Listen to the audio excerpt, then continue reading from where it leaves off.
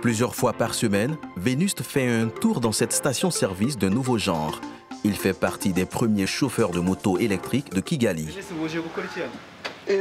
C'est ici qu'il recharge ma moto. C'est notre station à nous. En lieu et place de l'essence ou du gasoil, on va remplacer la batterie déchargée par une batterie pleine. En Afrique, c'est inédit, mais Venuste, lui, est habitué. Ça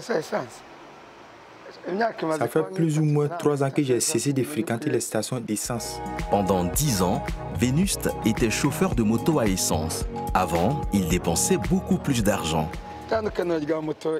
Je viens de changer ma batterie contre une batterie pleine.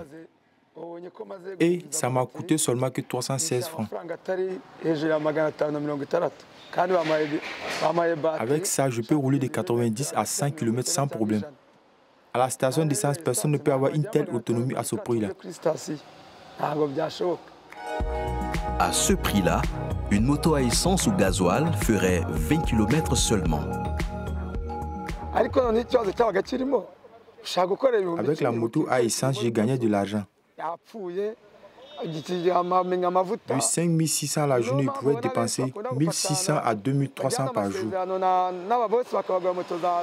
Alors qu'aujourd'hui, je rentre avec plus de 5 000 francs CFA de bénéfices, parfois 7 000.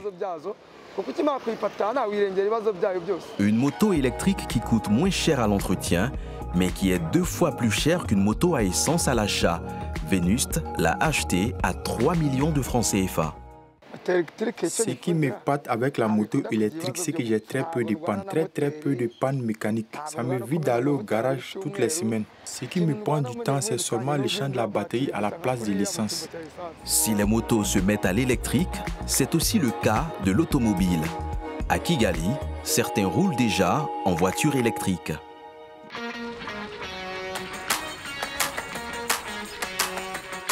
Eric Muganga est cadre dans une grande chaîne hôtelière au Rwanda.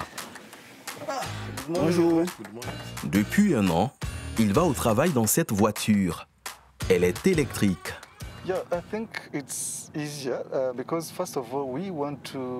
Je pense que c'est plus évident.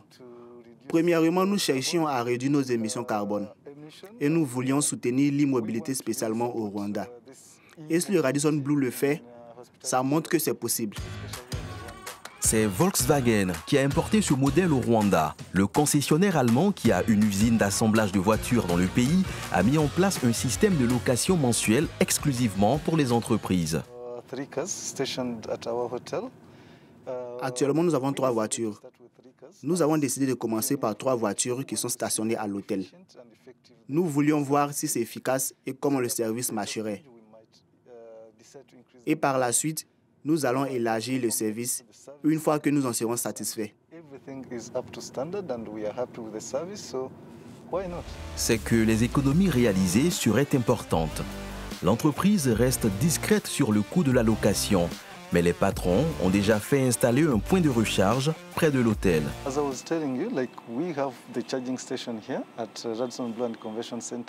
Comme je vous disais, nous avons le système de charge ici. On a 2 systèmes. Pas besoin d'aller au siège de Volkswagen pour charger. Et depuis, nous n'avons jamais eu de problème. Pour l'heure, au Rwanda, la voiture n'est pas en vente. Les ressources énergétiques du pays sont encore limitées pour faire acheter des voitures électriques aux Rwandais.